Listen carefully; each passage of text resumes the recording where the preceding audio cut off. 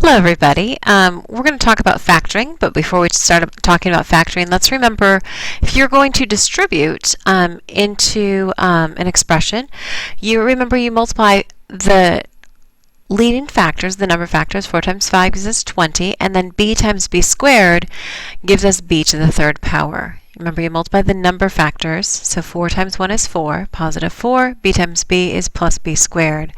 And then again, this one right here would be 24b.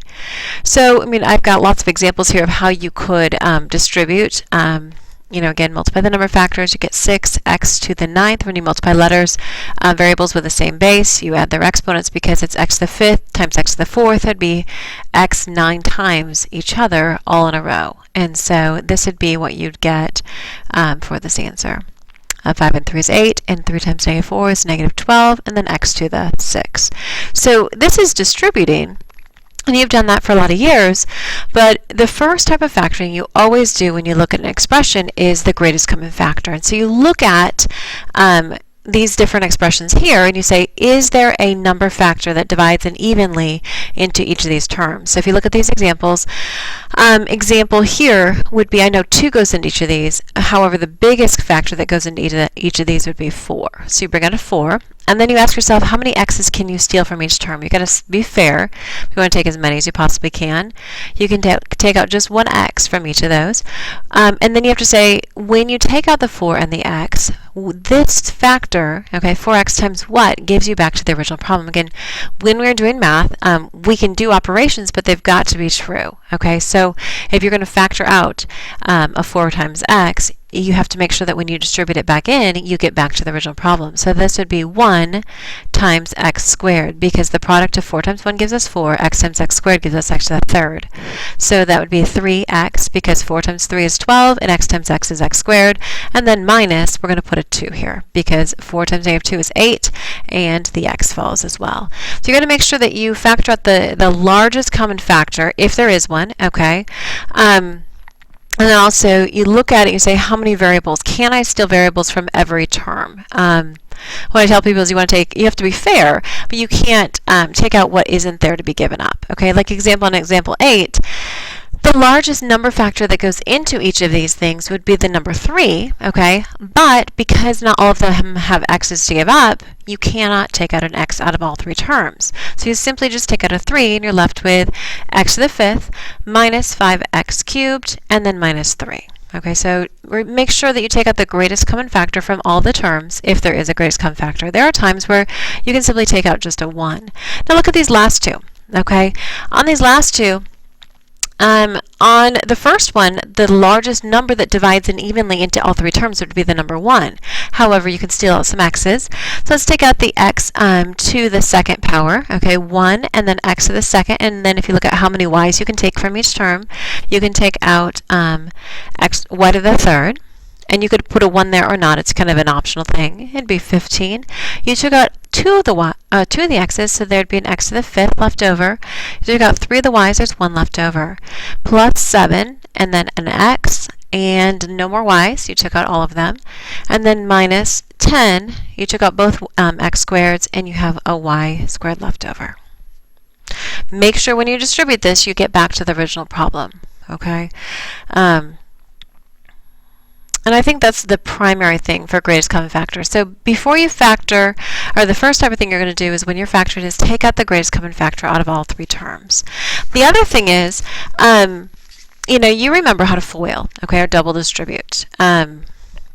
You take the first of each terms, okay, and you multiply them together. Then you do the outer, okay.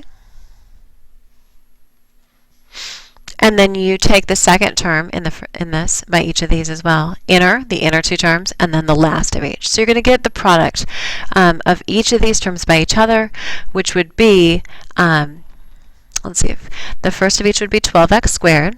The outer of each of these would be plus 24x.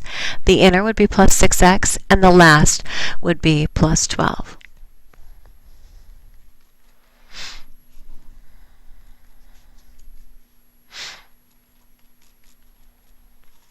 And there you go. 12x squared plus 30x plus 12.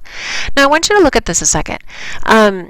we've taught at FOIL where you do the first of each, the outer, the inner, and then the last of each term. Okay, we also can look at such a thing and say, well, let's just do a double distribution. Take this first term by each item in the second binomial, and then take the second term by each of these in the second binomial, and you'll get the same exact answers.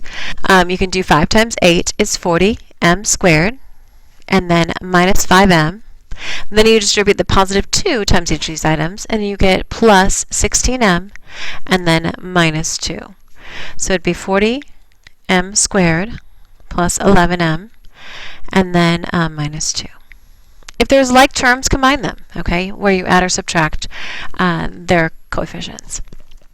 Okay, so those are the first 2 things we're going to talk about, but what I want to speak about is generally factoring, okay? Once you've learned the greatest common factor, we can talk about other types of factoring which are helpful in math. I'm going to pause this for a moment. Okay, one other thing we need to talk about is squaring binomials. A lot of you guys have done such things like this. You've taken, say, 3x to the 4th and y to the 3rd, and you said, okay, let's square that. Okay, and you notice that you have to square each of those factors within the binomial. Notice each of these factors is related by multiplication. Pardon me, you can't see that. Anyway, we've got 3 factors, and all of them must be squared. So we're going to square the 3. We get 9. We square the x to the 4th. We're going to square that, and we are going to get x to the 8th. So it's 9x to the 8th. When you have an exponent to an exponent, you multiply those 2 exponents. And then we've got y to the 6th. 2 times 3 is 6. Okay? So if you've got a group of factors all raised to a power, you are going to raise each of those factors to that power, and that'll be your answer. Another example would be this. Say that you've got 6x to the 4th, y to the negative 2, and you are going to raise that to the 3rd power. So 6 to the 3rd, okay, is 216. So it's 216. X to the 12th, okay, and then y to the negative 6, that's true. And then 216, x to the 6th over y to the 6th is going to be, or y to the 12th. There you go. Doesn't change numbers. All right, so that would be your answer. Now, the thing is that people now move into this polynomial chapter, and they're like, great, we've got a group of things to a power, then just do that. And so they look at, say, 2x plus 3, and they want to square that, and the sucker answer, okay, is 4x squared plus 9, okay? Again, that is not true, okay? 4x squared plus 9 is not true, because this is related by addition. These are 2 terms, and they're supposed to be squared. You don't just square each term. An example of what it really should be is you could write this twice. And you can FOIL this out. So you get 4x squared, okay, take this by each, and then plus 6x, and then you take this by each of these, and you get plus 6x again, and then plus 9. So as you can very well tell, 4x squared plus 12x plus 9 is the true answer, whereas this one just isn't. And so we need to talk about the difference between these items. One of them is when you're squaring a bunch of factors, you just square each of them. Okay, or if you have to square a binomial, that means take this binomial times itself again. And so I want to talk to you guys about, well, is there a shortcut? And again, you are welcome to use a shortcut. You are welcome not to. A shortcut isn't always an optional thing. When you're going to square a binomial, let's do this again, okay? What you can do is people squaring binomials for many, many years realize that when you square the first term, that truly is the right first answer. When you square the last term, that also is the right answer. The problem is the middle terms. People forget them if they just square the first and last terms. And they also realize that those middle terms always match up. And so how do you get those middle terms? Well, the shortcut is you are going to multiply these 2 together and times your answer by 2. Because the product of these is, actually there wasn't a square there, is there? If you take 2x times 3, you get 6x. Times your answer by 2, and you will get your middle term. So the product of these, and then times your answer by 2, will give you your middle term. Let's try that again. If you've got 5x minus 3 parentheses, and then we're going to take the quantity and square it. Again, the sucker answer would be to put 25x squared plus 9. Again, people remember that negative 3 times negative 3 is 9. Again, this is not true. Why? Because those are related by subtraction. They're not factors like we had up here. These were 3 factors related by multiplication. So you can just square each item. Okay, so how you do this one would be you could write it twice. You could write 5x minus 3 and multiply it by 5x minus 3.